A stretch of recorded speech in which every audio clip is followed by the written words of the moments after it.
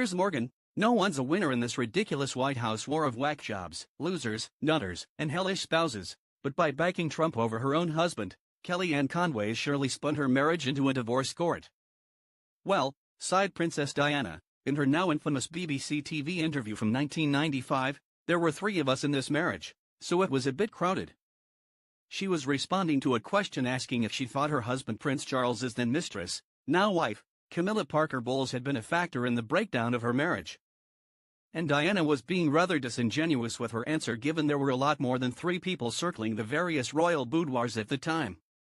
But if you thought that marriage was dysfunctional, how the hell do we get our heads round the Conways? In the often crazily unpredictable world of Donald Trump, few things should still surprise us. But the current hilariously undefaying spat between the president, one of his closest advisors, and her husband is beyond anything even the most imaginative comedy writer could conjure. Kellyanne Conway is officially employed at the White House as counselor to the president. The exact nature of what she does for Trump is open to persistent conjecture, and we probably don't know the half of it. But what we do know is that she has become his strongest public defender, often defending the utterly defensible. It was Kellyanne who first coined the phrase alternative facts to justify Trump's unfortunate problem with telling the truth. And it's Kellyanne who Trump trusts most to go on TV when he needs someone articulate, smart, and aggressive to argue black is white for him. Her finest hour if you're Trump, her worst hour if you're a Trump hater, came when she passionately defended him after the Access Hollywood grabbed them by the P*SSY tape broke and threatened to instantly derail his 2016 election campaign. I remember watching her ferociously go into bat for him in the days that followed and thinking that she was literally single-handedly saving Trump's presidential chances before our very eyes. Trump is big on loyalty. As I have personally experienced, he can be extremely loyal to people he likes or who are loyal to him, particularly if they publicly stand up for him when the furnace of fury is most intense. So he absolutely loves Kellyanne because she saved his over the tape, and has never once wavered in her unequivocal support for him despite the huge amounts of vile abuse this has earned her in the process. The problem is that not everyone in the Conway marital bed shares her undying devotion to the president.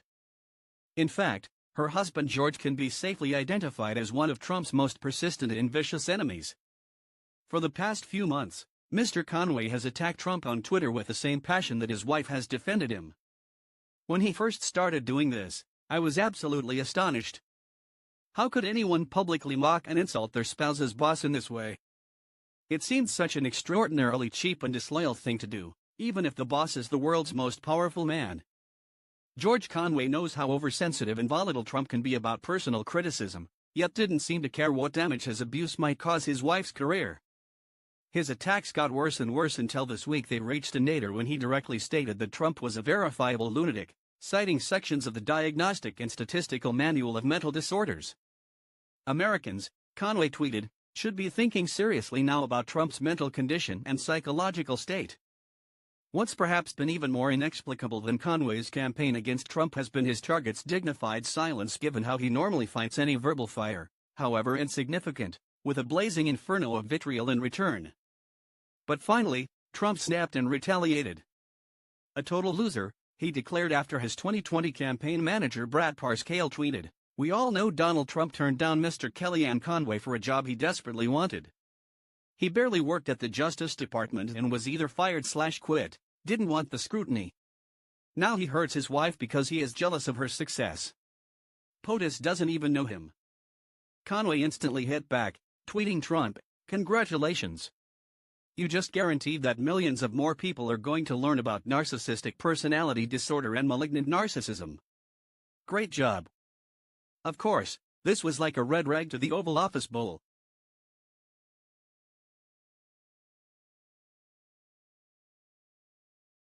It got even uglier. "You are nuts," Conway retorted. So Trump told the media that Conway was a whack job, a colloquial term which according to the dictionary means a crazy, possibly dangerous person. Wow. Okay. Let's process this for a moment. This is Kellyanne Conway's boss calling her husband and father of her 4 children a jealous loser, husband from hell, and whack job. I don't know about you, but if my boss publicly said similar words about my spouse, I'd resign, seconds after punching him on the nose. But Kellyanne didn't resign, or punch Trump on the nose. Instead, incredibly, she once again defended him, only this time against the man she sleeps with every night. She told Politico that Trump had avoided attacking George for months out of respect for me.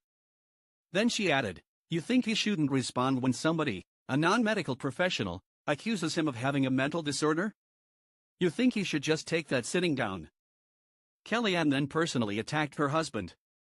"Don't play psychiatrist any more than George should be." Yesterday, George spent the day tweeting about the president.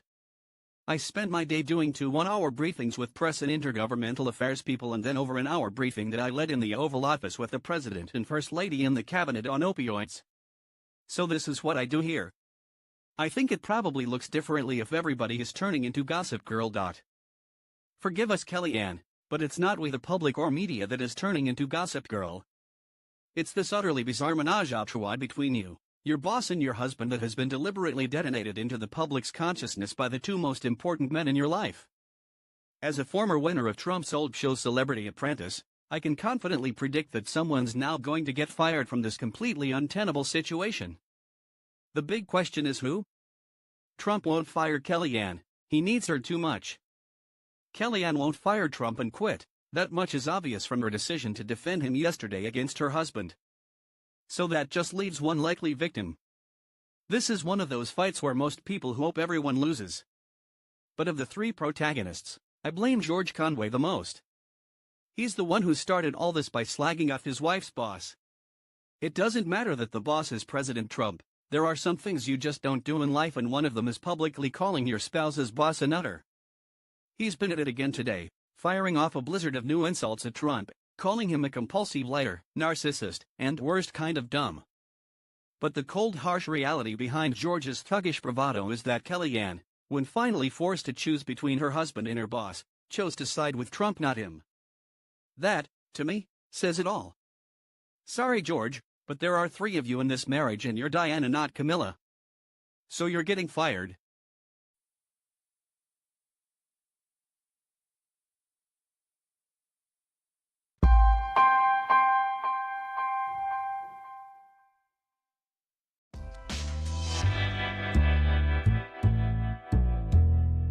Piers Morgan, no one's a winner in this ridiculous White House war of whack jobs, losers, nutters, and hellish spouses, but by backing Trump over her own husband, Kellyanne Conways surely spun her marriage into a divorce court.